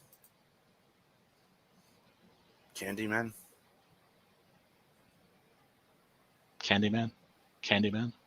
Candyman. Candyman. That's You have to be cool. looking into a mirror too, though. There was another one. There's not just Candyman though. There was another one. Yeah, But 5 times is Candyman. There's other ones. yeah, but there's Bloody Mary. Yeah, Bloody Mary was 3 times. So. Yeah, 3 times. Is that from a film or is that from folklore? Bloody Both. Mary? That's from a film. Gotcha. And folklore probably as well. There's both. Gotcha. Wait, Simon, are you eating? No. Busted? My girl came in bringing my meatballs and spaghetti. So It's all good, brother. It's all good. You don't have to mute yourself. Did George show up? I see lots of Blue Muppet. Blue here. Muppet. Is Blue Muppet in the house? Hey, what's up, Blue Muppet? I didn't see George's. I didn't see him. In What there, up, but George? No, neither did I. That's him. And Slipstick says, and what up, Slipstick? He Muppet. says the naked lunch is weird AF. Weird as fuck. Yeah, it is. If you think the David Cronenberg movie of Naked Lunch is weird, read the novel. It's like, Yeah, that was fucked up. it's completely fucked up. I saw all these movies, dude, man, and he gets through like, yeah. The oh god, the mugwumps. Benway. Okay, so what city does this movie take place in? It Follows. It Follows takes place in what city? Excellent recent horror film, by the way. Was really impressed with that one, especially the look of it. Yeah, It was follows not bad. people. It was not bad. Well, Sim's gonna have Oh, I meatballs. get it. I get. They were saying Blue Muppet's name 5 times to get him to show up. Oh, how did we not get that? We're idiots. Blue Muppet. Yeah, George is freaking amazing. We love him. Is it in Kansas?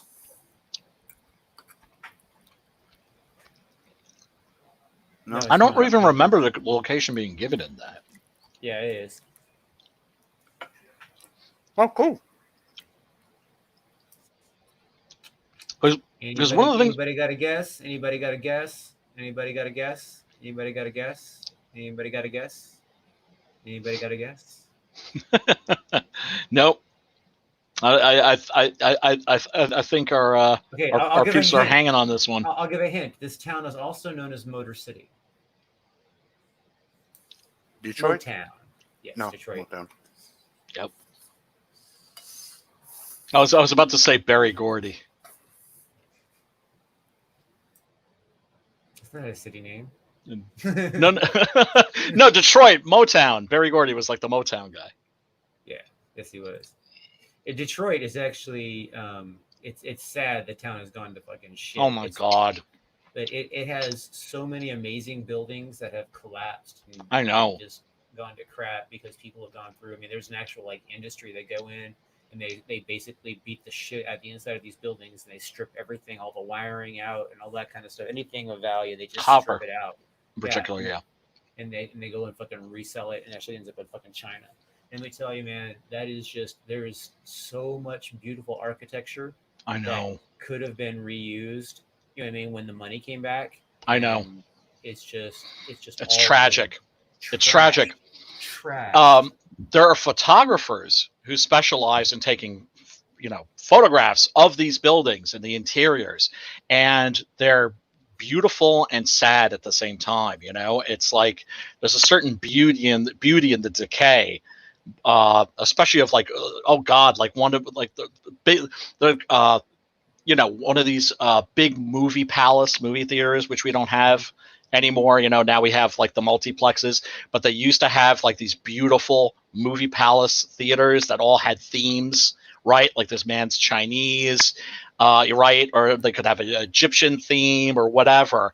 Yeah. There's like one of those that's just like rotting. I haven't seen it recently, but about 10 years ago, I went scouting for a film back there with a couple of friends, and we were basically discussing locations, and we spent 2 days driving site to site to site. And I swear, man, it's like it was just like sad. They ended up picking one of the locations and they shot their film there. Nothing never fucking happened to it. As far as I know, it never even made it to like finished editing. But Wow.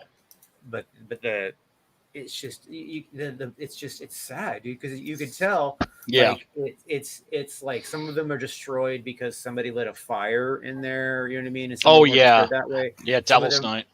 Some of them are destroyed because they didn't keep up the roof, and then Yeah. the weather destroyed it on the inside. Yep. You know what I mean? There was just See that a lot. so it's just like the different. And they weren't all destroyed the same way. You know what I mean? Yeah. So it's just neglect though across the board. The one thing you could say across the board is neglect, whether neglect from security use. You know what I mean? Because obviously they wouldn't burn it up if there was actually if it was actually in use. You know what I mean? It shows. Man. Yeah, it's super. Yeah, it's super sad. We got Camden, New Jersey. Right across the border here in New York, and that's another one of those Rust Belt towns, like one of those places that was thriving and now is just like decaying. That bad? Yeah. All right, so I believe this is a question that I know Brian can answer, possibly Sim. What is the name of the first horror movie? First horror movie? Yeah. The first horror movie.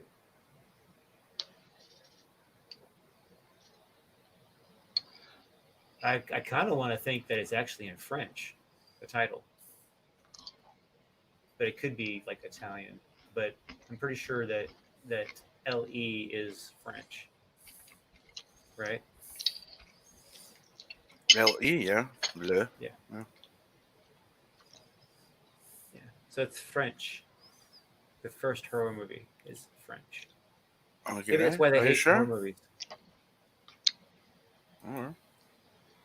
Am I sure that it's French? No. Am I sure it's the first horror movie? Yes. Okay. If you say so. Not gonna argue.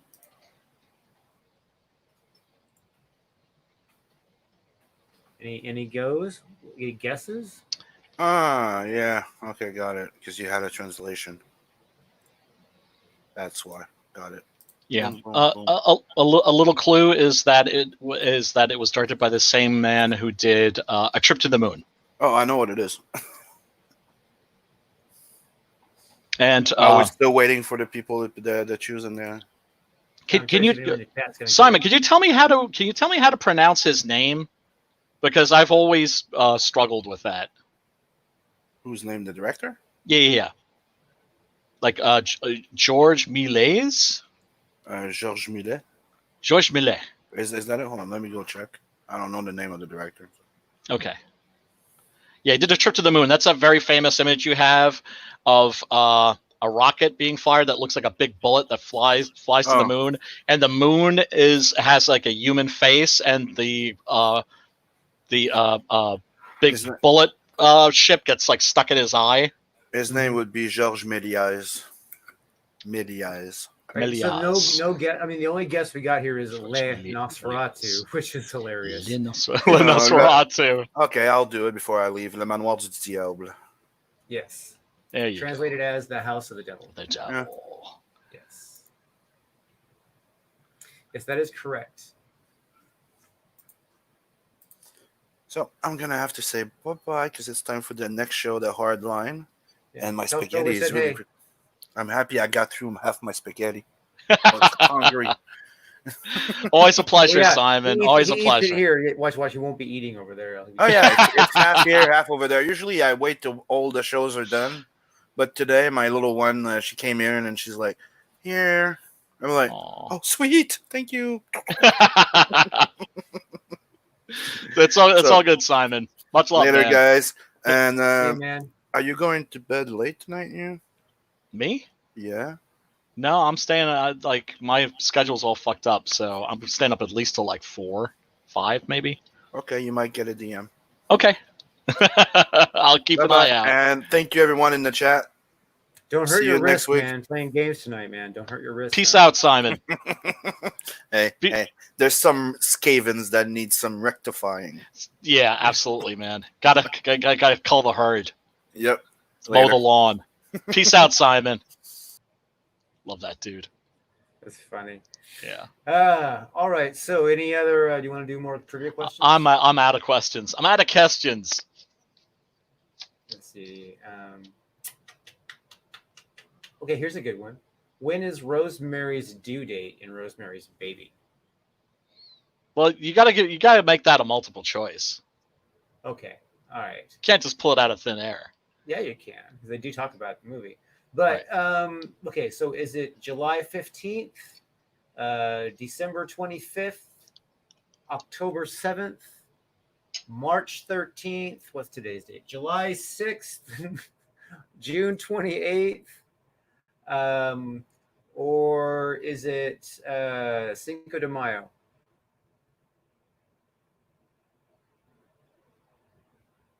I don't think anybody's going to get this one. It might be too hard.